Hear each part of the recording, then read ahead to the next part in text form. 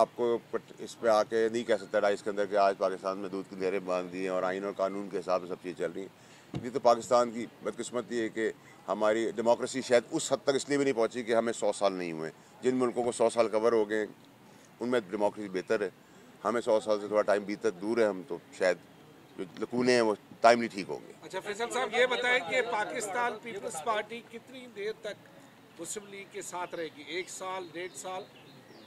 देखिए, मौज़ाती तौर पर अल्लाह की मदद आ गई तो 2 साल होगी, फिर वो खुद मैदान में होगी, स्टीयरिंग व्हील पे होगी। ये मेरा एनालिसिस है, क्योंकि एक तो ये हस्ब हाल हस्ब ज़रूरत दोस्ती है।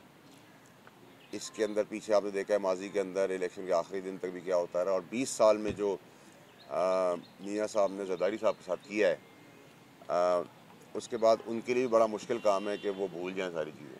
तो ये अब चल रही है, आगे भी देखते कब तक चलेगी। फैसल साहब, ये बता दें, जिस पार्टी से आप बिलोंग करते थे, आप उससे थोड़ा दूर है, जो लोग इस पार्टी को छोड़कर गए थे उनकी वापसी के लिए रास्ते देख रहे हैं, आप उस पार्टी की तरफ आएंगे या किसी और पार्टी को ज्वाइन? देखिए तालिब भाई, को पार्टी बनाएंगे? मैंने तो ना, मुझे तो पार्टी से निकाला गया था सच बात करने के लिए, ठीक बात करने के लिए, खान साहब को इस भंवर से बचाने के लिए मुझे निकाला गया था। और मैं उस वक्त निकला था जब पाकिस्तान तहरीक इंसाफ आसमान पे थी और ख़ान साहब का कद काट चांद पर था। तो मैं तो बहुत पीक पे जब थे तब निकाला गया।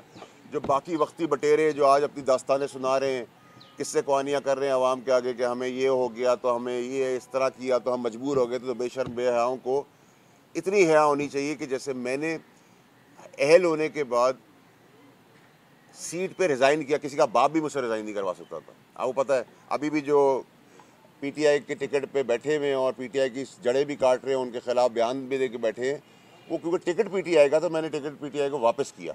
चेयरमैन साहब का टिकट था, मैंने वापस किया। और आपको याद होगा कि मेरे जो ओपोनेंट थे उनको हटाया गया, मुझे बहाल किया गया, फिर मैंने रिज़ाइन किया। तो मैं तो समझता हूँ कि असूल की सियासत जो आज मासूम रोते हुए बच्चे जो हैं वो ये ना बताएं कि 9 मई में उनके साथ क्या हुआ, तो वो हाथ उठा के आ गए और वो छुपे हुए थे और उनके साथ बहुत कुछ हुआ। उनको कहे हया ये है कि अगर तुमने खिलाफ बात की है और तुम मानते हो, उस कुर्सी से भी हटो जो तुम्हें पार्टी ने दी थी। तो ये हया और गैरत तो है नहीं पीटीआई के अंदर जो सीटों पे बैठे हुए हैं। आपने कहा कि वो फौजदार 2 साबित होंगी, वो तो बड़ा अच्छा जा रही हैं, बड़े बड़े फैसले कर रही है सेहत के, तालीम के मैदान में, और बड़े बड़े पैकेजेस उसने अनाउंस किए हैं, वो तो पॉपुलरिटी उसकी बढ़ रही है। देखिए, मैंने तो, आपने सर थोड़ा सा गलत कहा, मैंने ये कहा था कि सूबा स्टार प्लस उसमें बुजदार 2 नंबर 1। नंबर 2 ये कि बहुत ज़बरदस्त फैसले हुए। मैं अभी देख रहा था कि नौकरियां चांद से मिलना शुरू हो गई हैं, सूरज आ गया तो फिर अगले दिन के लिए नौकरियां चली गई हैं। और मेरा ख्याल है कि वो जो तस्वीरें लगा रही हैं वालिद मोहतरम की, वो अब आपको 3 डब्बे और थैली और उसमें नज़र आएंगे। बहुत अच्छा तरीक़ेकार है। तो आपने कहा कि उनकी पॉपुलैरिटी बढ़ गई है, तो वो सर अब आपसे कैमरे से हट के मैं अभी गुजारिश करूंगा कि जरा मुझे भी बताएं कि पैमाना क्या है।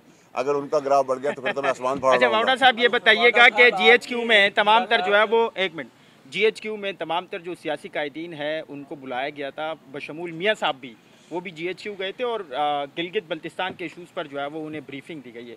आप क्या समझते हैं कि सियासी जितने भी कायदीन हैं उनको जीएचक्यू में जाकर फैसले करने चाहिए या पार्लियामान के अंदर फैसले करने चाहिए? मैं आपको नंबर देता हूँ डीजी आईएसपीआर का, आप उनसे रुजू करें, वो आपका फौजी सारे सवाल करेंगे। मैं तो मजाज नहीं रखता कि जवाब दे सकूँ। साहब, आपकी एक बार मुलाकात हुई थी जरदारी साहब के साथ? एक दफ़ा नहीं, आपने रिपोर्ट एक दफ़ा की, कोई तस्वीर एक दफ़ा बाहर आई, 100 दफ़ा हो चुकी है।